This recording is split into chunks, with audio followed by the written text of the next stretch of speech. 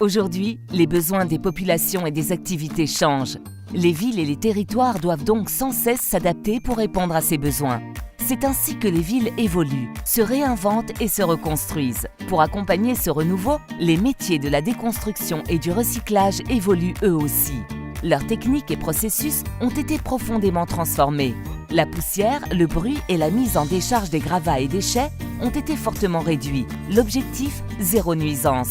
Le processus de déconstruction s'est modernisé. Des outils de haute technicité sont utilisés et plusieurs opérations se succèdent de façon totalement maîtrisée au cours d'un chantier. Les opérations de curage se chargent de retirer les éléments de seconde œuvre: menuiserie, revêtement, cloison, installation électrique, thermique et sanitaire. Les opérations de dépollution consistent à extraire réglementairement les substances polluantes ou dangereuses comme le plomb et l'amiante. Ainsi, les bâtiments ne présentent plus de risques sanitaires et environnementaux.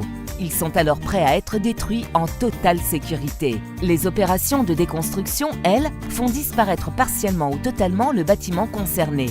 Des bâtiments historiques pourront être réhabilités et les espaces libérés accueilleront de nouvelles constructions.